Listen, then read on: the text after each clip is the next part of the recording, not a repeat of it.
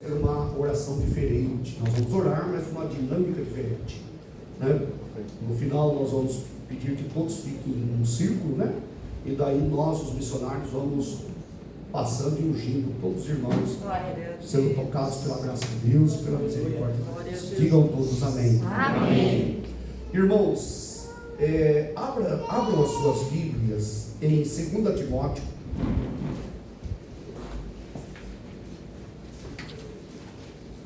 Eu tenho o desafio de pregar brevemente, mas eu creio que Deus nos trouxe aqui hoje para sermos alimentados pela palavra. O tempo avança, né? Mas eu quero que você recline a sua cabeça, você que já encontrou o texto, os demais, reclinem a cabeça e digam assim: Senhor Jesus, Senhor Jesus, nós estamos na tua presença. Precisamos da tua palavra. Nem só de pão viveremos, mas de toda palavra que procede da tua boca. Dá-nos nesta noite uma porção deste alimento, que ao sairmos daqui saiamos fortalecidos na fé, através da palavra, pois a fé vem pelo ouvir e ouvir pela palavra. Fale conosco, dá-nos compreensão, e que o teu nome seja glorificado pela nossa edificação. Nós oramos, ó Deus, em nome de Jesus. Amém. Amém, meus irmãos. Irmãos, como eu disse, o tempo é curto, mas você está em 2 Timóteo, capítulo 2. Amém. 2 Timóteo, segunda carta de Paulo a Timóteo, capítulo 2, versículo 13. Diz assim a palavra de Deus: se formos infiéis, Ele permanece fiel, não pode negar-se a si mesmo. Amém? Vamos ler juntos? Se formos infiéis, Ele permanece fiel, não pode negar-se a si mesmo. Amém? Glória a Deus. Pode se assentar. Glória a Deus. Aleluia. Em nome de Jesus. Irmãos, mesmo que sejam apenas os tópicos, sem entrarmos nos detalhes de cada um deles, mas eu quero colocar para os irmãos hoje aquilo que o Espírito Santo tem colocado no meu coração. E eu creio que quando a palavra de Deus é pregada, o Espírito Santo a usa, porque está escrito que a palavra de Deus é a espada do Espírito Santo. Ninguém melhor do que o Espírito Santo para manusear essa palavra. Aliás, se não for ele que manuseie, se não for ele a manusear a palavra, então a palavra não atingirá o coração. Então o pregador falará ao vento, porque o pregador, na verdade, ele fala aos ouvidos, mas quem fala ao coração é o Espírito Santo. E ele fala usando as Escrituras. As Escrituras são, nas mãos do Espírito Santo, a espada. E Paulo fala isso em Efésios capítulo 6, quando ele fala das armaduras do crente. Ele fala que a palavra de Deus é a espada gloriosa do Espírito Santo. E essa espada, ela corta. Lá em Hebreus capítulo 4 diz que ela é como uma espada afiada de 2 gumes. Ela corta, ela tem poder de penetração. Ela vai aonde o psicólogo não consegue ir. Ela vai aonde o psiquiatra não consegue ir. Ela vai aonde o marido não consegue ir no coração da esposa. Ela vai aonde a esposa não consegue ir no coração do esposo. Ela vai aonde o pai não consegue ir com seus conselhos na mente e no coração dos filhos. Mas a palavra de Deus tem poder para ir lá. A palavra de Deus não só tem poder para ir lá, mas para operar lá a vontade de Deus. E para isso nós queremos ouvi-la nesta noite. E nós queremos ouvir nesta noite aquilo que o Espírito Santo de Deus tem para nós.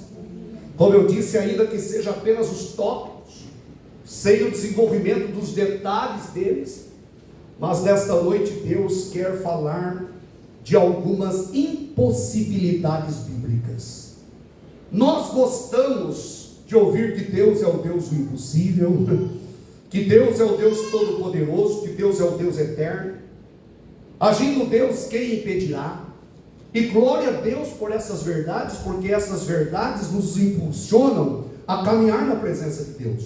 E nós sabemos que nós não servimos um Deus morto, mas nós servimos um Deus vivo, um Deus todo-poderoso, um Deus eterno. Mas é importante nós olharmos para a palavra de Deus e nós atentarmos para aquilo que a palavra de Deus mostra claramente, explicitamente, que são coisas impossíveis de acontecer. E hoje eu quero que você saia daqui com estas impossibilidades.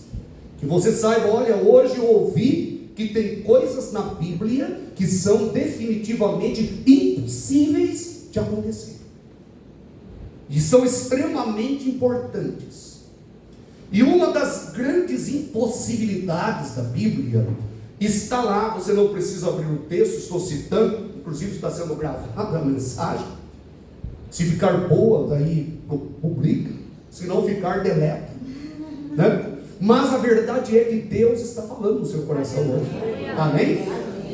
Uma das grandes impossibilidades na Bíblia, que muitos não sabem, e que muitos brincam nesta área, e que muitos, na verdade, descuidam, porque a palavra de Deus diz que aquele que está em pé, cuide-se para que não caia.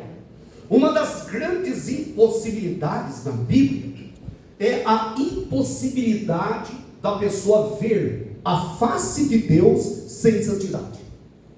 Está em Hebreus capítulo 12, versículo 14. A palavra de Deus diz que é impossível ver a face de Deus sem santificação.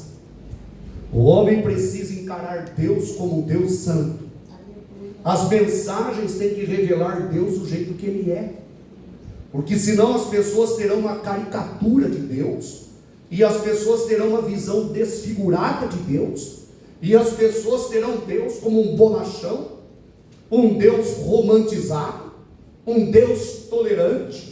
Mas a verdade é que Deus, Ele é infinitamente santo, e Ele é tão santo que homem mortal algum pode vê-lo e permanecer vivo.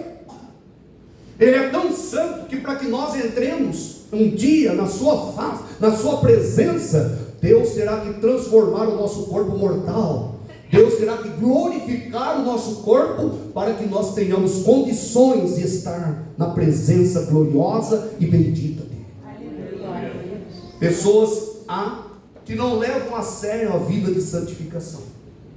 E santificação bíblica não é aquela santificação dos monges que se isolavam geograficamente da sociedade, viviam nos mosteiros e viviam lá isolados, buscando uma prática religiosa no intuito de serem santificados. Não. Jesus disse: Pai, santifica-os na verdade, a tua palavra é a verdade. Então o único meio da pessoa de fato ser santificada não é ela sair do meio, não é ela isolar geograficamente, mas ela estar sob a influência diária da palavra de Deus, a palavra de Deus raiando, brilhando poderosamente no coração e na mente dela diariamente. A palavra de Deus é como uma luz bendita, amém? Glória a Deus. A palavra de Deus é gloriosa. Se nós estivermos com a palavra de Deus, conforme diz Davi: escondi a tua palavra no meu coração para não pecar contra ti. Se a palavra de Deus estiver em nossos corações, como guardiã do nosso coração, nós seremos preservados em santidade e consequentemente nós poderemos ver a face dele. Aleluia. Sem santidade ninguém verá a face de Deus. O pecado, ele é oportunista. O pecado, ele é como uma areia movediça. Quanto mais a pessoa se relaciona com ele, mais interage com ele, mais a pessoa afunda. Houve um teólogo que diz que o pecado é como um animal de hábitos noturnos, só vive e sobrevive aonde há escuridão. Isso é uma colocação extremamente sábia. Vou repeti-lo. O pecado é como um animal de hábitos noturnos. Só vive e sobrevive aonde há escuridão. Se você pegar um animal de hábitos noturnos, colocar dentro de uma gaiola, ou num ambiente onde ele não possa sair, e colocar ali um jato de luz e deixar ali perpetuamente, ele vai morrer, porque ele só vive e sobrevive aonde há escuridão. O pecado na vida de uma pessoa vai se enfraquecendo quando essa palavra vai brilhando no coração dela. Quando todos os dias a pessoa se relaciona com a palavra. Quando a pessoa chega na casa de Deus e há alimento para ela se alimentar, aleluia. Quando o pregador não prega uma mensagem de autoajuda, um coach, mas não prega uma mensagem de psicologia cristianizada, mas prega a palavra de Deus legitimamente, poderosamente. A palavra de Deus como luz vai santificando e vai guardando o coração da pessoa. Esta é uma grande impossibilidade na Bíblia, a impossibilidade do homem ver Deus sem a santificação. Santifiquemos, pois, na presença do nosso Deus. Andemos, pois, de valor em valor. Andemos com todo o nosso coração na presença bendita e gloriosa. Como eu disse, quinta-feira o tempo avança. É difícil ficar só falando só sobre os tópicos, sem entrar em detalhes. Se bem que já entrei um pouquinho em detalhe aqui. Mas a verdade é que dá um desejo. O Espírito Santo parece clamar dentro do coração do pregador, para que ele vá falando ainda mais da questão de santificação. A palavra de Deus, todas as vezes que Deus exige santificação, ele invoca dele: sede santos, porque eu sou santo. Sabe por quê, irmãos? Ninguém se sente inspirado a viver uma vida de santidade se não contemplar Deus como santo. Se a pessoa tiver uma caricatura de Deus, né? Um Deus que, conforme alguns hereges mesmo, dizem que o Deus do Antigo Testamento é diferente do Deus do Novo Testamento, que o Deus do Antigo Testamento era iracundo, raivoso, qualquer coisa derramava fogo do céu e destruía as pessoas, enquanto que o Deus do Novo Testamento ele tem até um defeito. E o defeito desse Deus é o amor. Deus é tão amoroso que a pessoa vai para o céu mesmo que não queira ir para o céu. A pessoa está doida de voltar para o inferno, mas Deus fala: não, você vai para o céu porque eu sou amor. E a palavra de Deus mostra exatamente que o Deus não muda. Amém, irmãos? O Deus do Antigo Testamento é o mesmo Deus do Novo Testamento, porque Ele é imutável, Ele é santo, Ele é glorioso. Certa ocasião Jesus disse que lá na frente Ele vai dizer: apartai-vos de mim, vós que praticais o quê? A iniquidade. O autor aos Hebreus diz que diz que horrenda coisa é cair nas mãos do Deus vivo. E está escrito também que Deus é um fogo consumidor. Quando Ananias e Safira tentaram introduzir o pecado à mentira no seio da igreja, eles tiveram uma revelação. Quem gosta de revelação? Tem pessoa que corre para cá e para lá atrás de revelação. Tem pessoas, mas a revelação, a moda de Pedro, ninguém gosta. Porque Pedro, quando Ananias e Safira chegaram na presença dele, o Espírito Santo revelou: vocês estão mentindo.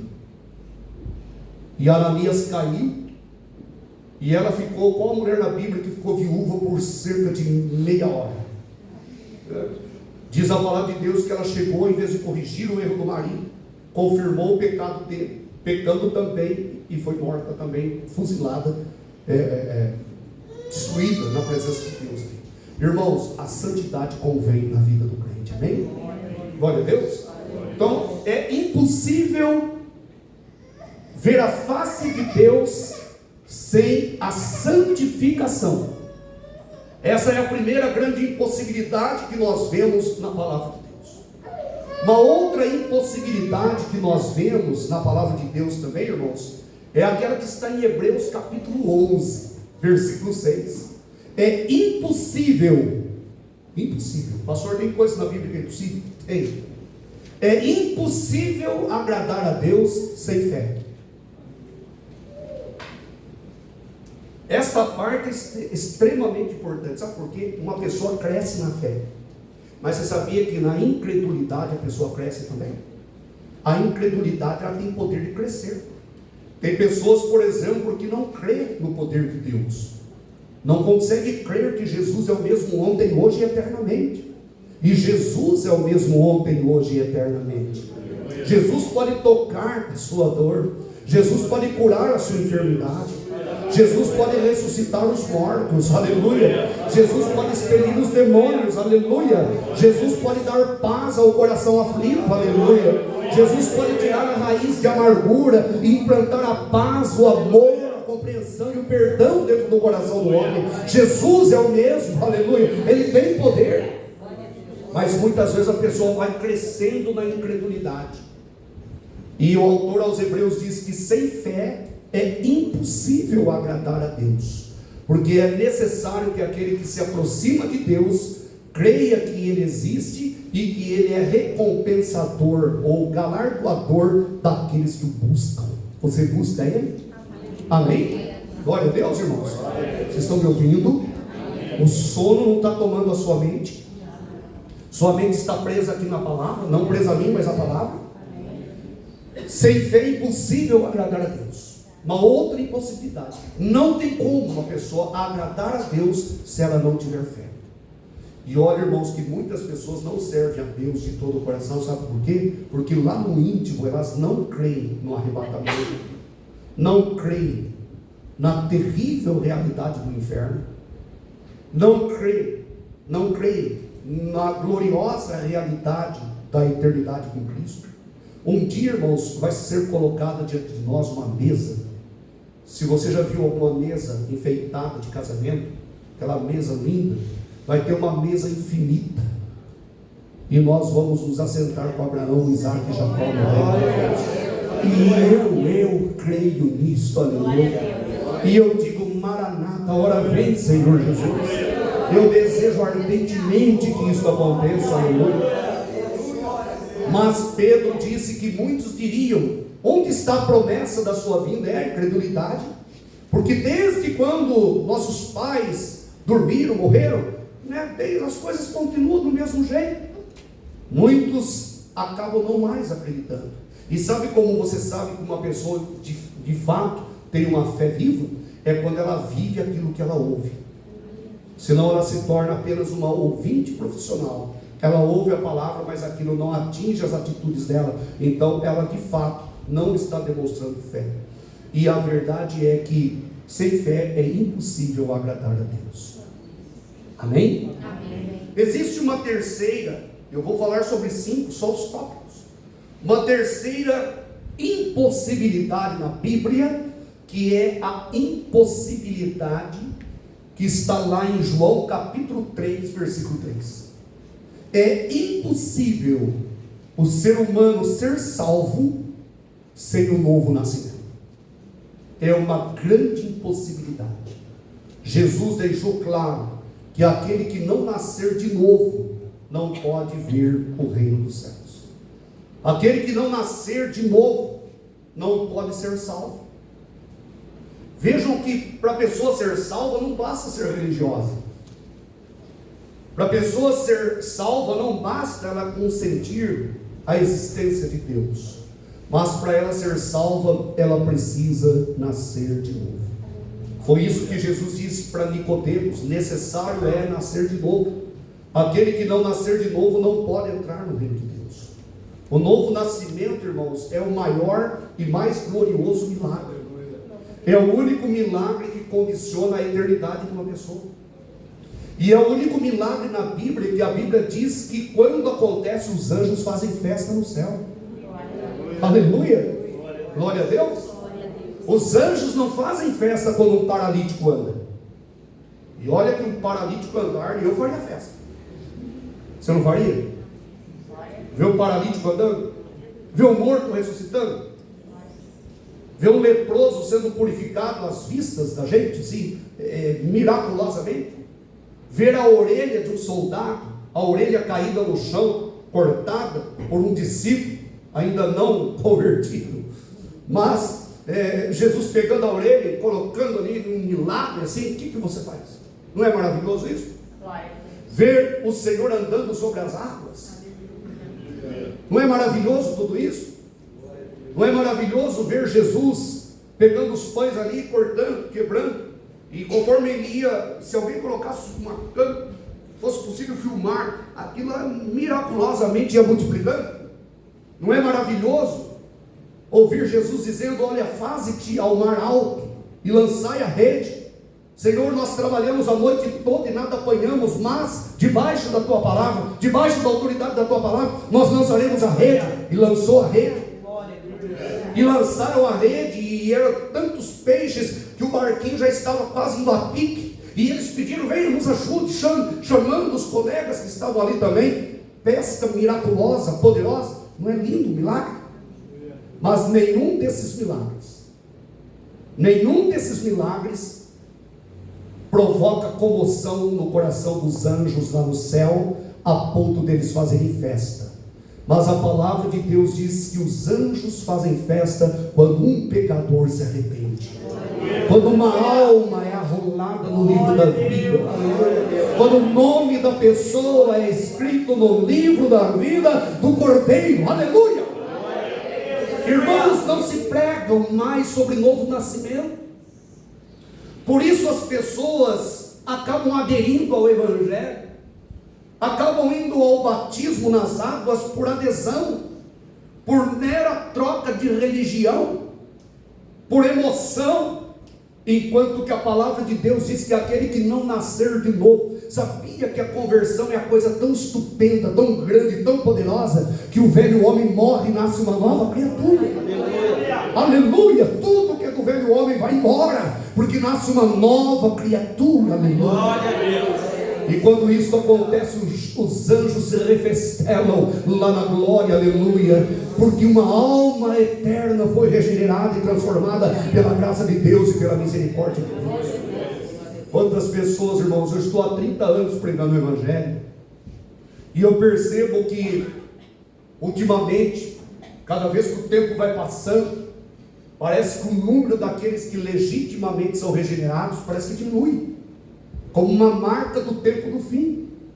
E nós precisamos pregar a ponto de que as pessoas sejam geradas de novo, não do ventre materno, como disse Pedro, mas sejam geradas por esse ventre aqui. A palavra de Deus é o ventre que gera filhos para Deus. Quando a pessoa é gestada aqui, quando a pessoa é inserida aqui, quando o Espírito Santo leva ela aqui, ou leva essa palavra lá dentro, porque na verdade a palavra é a semente, e o Espírito Santo lança essa palavra lá dentro do coração do homem, ele transforma a vida do homem. Do contrário, a pessoa fica debatendo, ou rebatendo, ou esperneando contra o mundo, contra o pecado. A pessoa fica tomando o couro do pecado.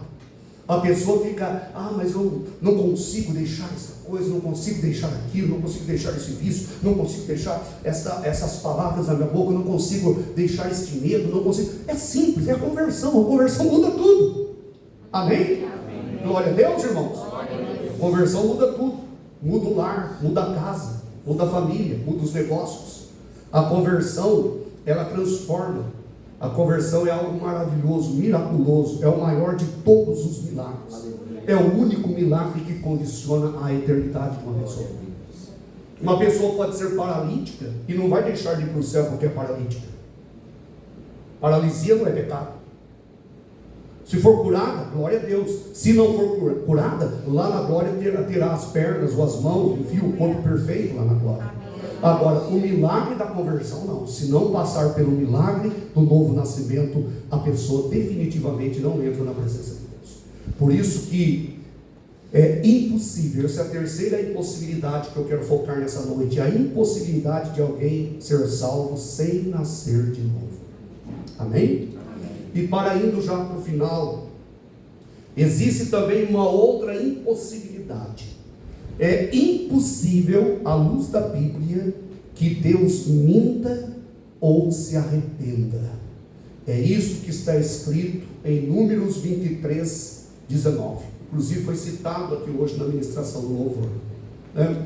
Que é impossível, que Deus não é homem para que minta, e nem filho do homem para que se arrependa. Deus não mente. Amém, irmãos? Amém. Isso é importante. Talvez alguém pergunte: mas qual a relevância de eu saber que Deus não mente? É óbvio que Deus não mente. é extremamente relevante, sabe por quê? Porque a fé é ter Deus por fiel. E se a pessoa souber e crer que Deus não mente, então ela pode descansar na palavra de Deus. Amém, irmãos? Glória a Deus. Deus não mente. Então quando ele disse assim, dou-lhes a vida eterna, porque ele vai dar a vida eterna. Quando ele diz o diabo não toca, é porque o diabo não toca. Amém, irmãos? Glória a Deus. Alguém aqui tem medo do diabo? Martinho Lutero disse que o diabo não tem nenhum poder, não tem nenhum poder, senão aquele que o povo lhe dá. E o povo dá poder para o diabo, sabe através do quê? Através do pecado. O pecado, teologicamente, é o direito legal do diabo de agir. Sabia? Qualquer dia eu vou pregar sobre o direito legal. É a legalidade. Pecado dá legalidade para o diabo agir. Por isso que nós devemos nos purificar, nos santificar, apartar de tudo aquilo que não agrada a Deus, para que o diabo não tenha legalidade. Lembra de Acã? Lembra do pecado? Israel estava numa situação terrível. Josué foi para joelho no chão. Lógico, a nação está perdendo, está sendo derrotada, o que vai? Vai para o joelho no chão. Deus disse, José, levanta, está escrito isso, por que está orando? Pode orar. Mandou parar de orar. Deus manda parar de orar. Israel pecou contra mim, e quando o pecado não for tirado, não sou convosco, não estarei convosco, não operarei no meio de vós. É a legalidade. A hora que o pecado foi tirado, daí Deus obrou novamente. Amém, irmãos? Eu gosto muito daquela passagem que Jesus disse assim, né? Eis, levantamos, vamos embora daqui, né? Ali perto já da crucificação. E ele diz para os discípulos, levantemos-nos e vamos daqui, porque aí se aproxima o príncipe deste mundo. Príncipe deste mundo, quem que é o príncipe deste mundo? Irmãos? Diabo. Príncipe deste mundo. Aí se aproxima o príncipe deste mundo e ele nada tem em mim. Na minha vida ele não tem nada. Amém? Glória a Deus. Amém, irmãos? Amém. E a sua? Ah, pastor, eu aprendi que eu tenho que declarar. Então eu digo, na minha também ele não tem. Ai, que alegria. Como se fosse um mantra, né? uma fala mágica. Irmãos, na nossa vida o maligno não pode ter nada. Amém? Amém. Que todo o nosso falar, pensar, agir seja de Deus. Amém. Para que o diabo não tenha direito. E Jesus fala o príncipe deste mundo. Lá em Corinto, Paulo chama de o Deus desse século. Porque você sabe que à luz da teologia, da dispensação, existem pelo menos 3 grandes séculos da história da humanidade, né? O século antediluviano, o século presente e o século vindouro. E depois tem séculos dos séculos. Mas os 3 principais é século antediluviano e depois o século presente, né? Por isso que o diabo é chamado de Deus deste século. E tem o século vindouro. Paulo diz que certos amigos deles de ministério haviam abandonado ele, amando o presente século. A pessoa amou o presente século. E é interessante que o século na Bíblia, nesse sentido, não é século de 100 anos, é século de um tempo indeterminado, um período indeterminado de tempo, né? E nós estamos vivendo hoje o século presente, mas nós estamos com os olhos no século vindouro. Por isso que a Bíblia diz, não ameis este mundo, nem o que no mundo há. Aquele que ama o mundo, o amor do Pai não está nele. Porque tudo que há no mundo, a concupiscência da carne, a concupiscência dos olhos, a soberba da vida, não é do Pai, mas é do mundo. E o mundo passa, e as suas concupiscências também passam.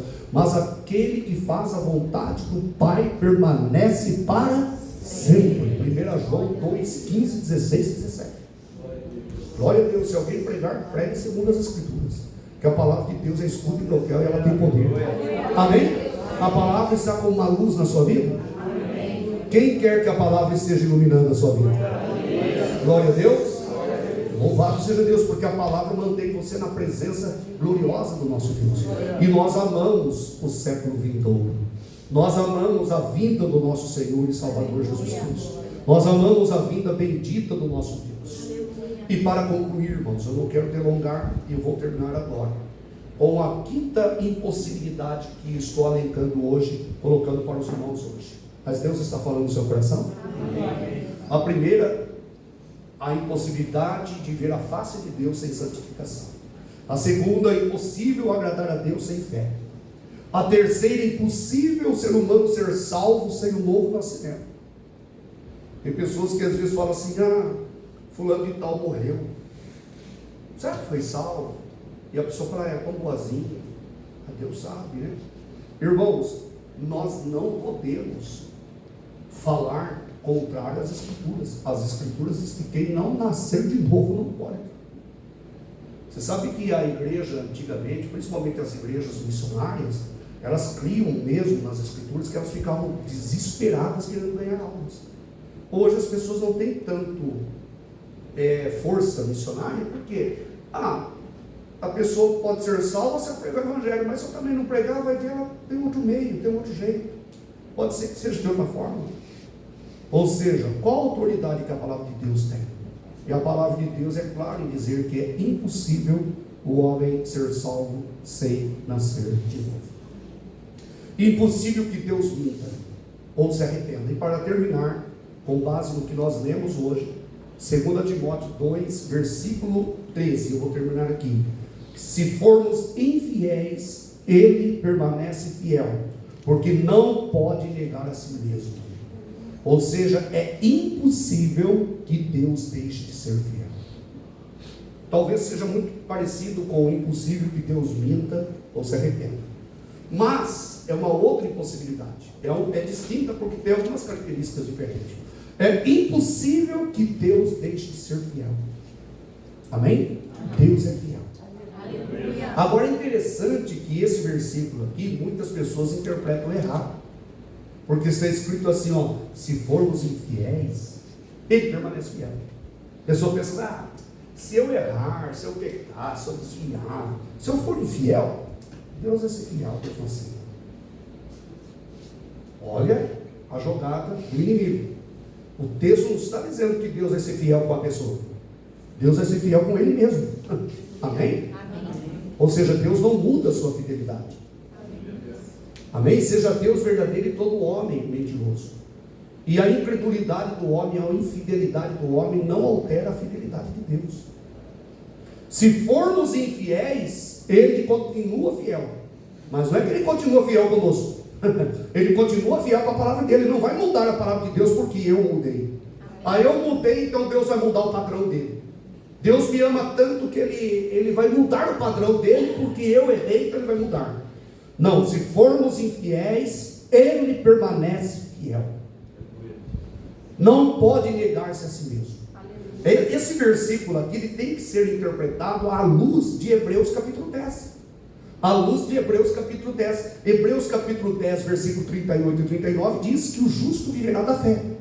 E se ele recuar, a minha alma não tem prazer nele. Ou seja, Deus não vai continuar sendo fiel com a pessoa, mesmo que a pessoa seja infiel. Vocês estão entendendo, irmãos?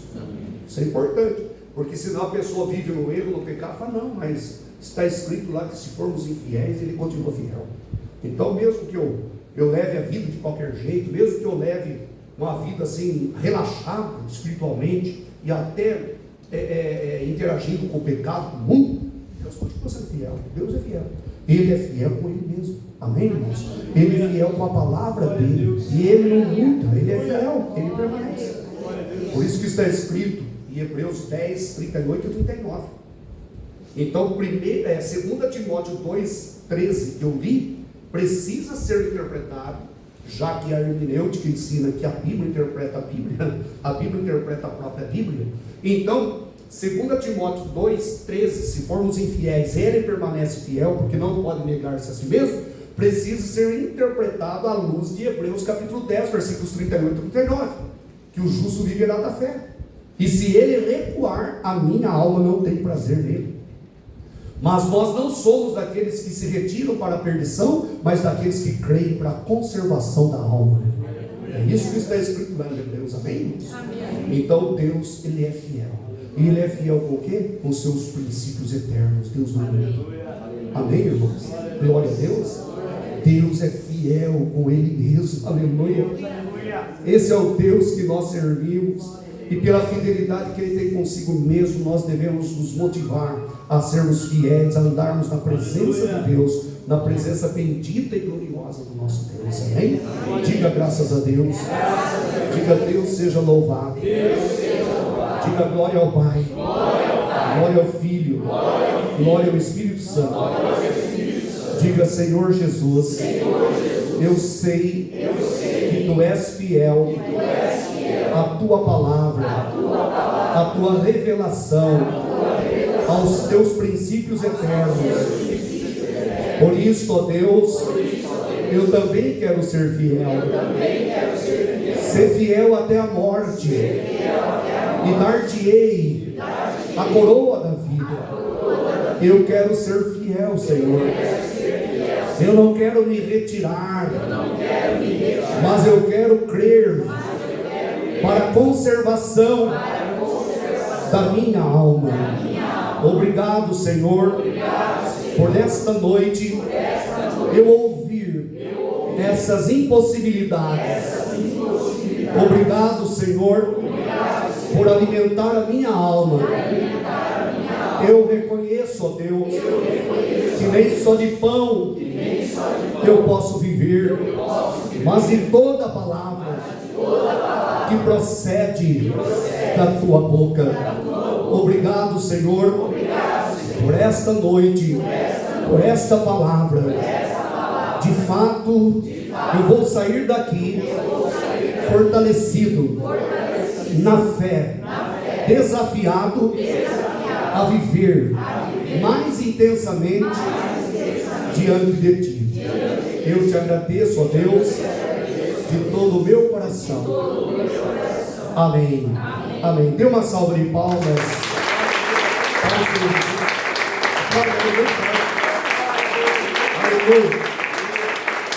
Aleluia. Aleluia. Salva Ele. Ele é maravilhoso. Você ama Ele, então aplauda. Jesus é lindo, Jesus é maravilhoso. Hoje foi um quanto esse ouro para a nossa alma e para o nosso coração. Não empreste seus ouvidos a outras palavras, mas ame essa palavra aqui, ó. Aleluia. Não empreste os seus ouvidos a outras mensagens, a outras palavras. Se alimente daquilo que é bíblico, porque a sua alma foi comprada pelo sangue do Senhor Jesus. Amém? Digam todos graças a Deus. Irmãos, nós vamos orar agora. Coloque-se em pé na presença de Deus. Eu vou pedir aos irmãos, a igreja toda,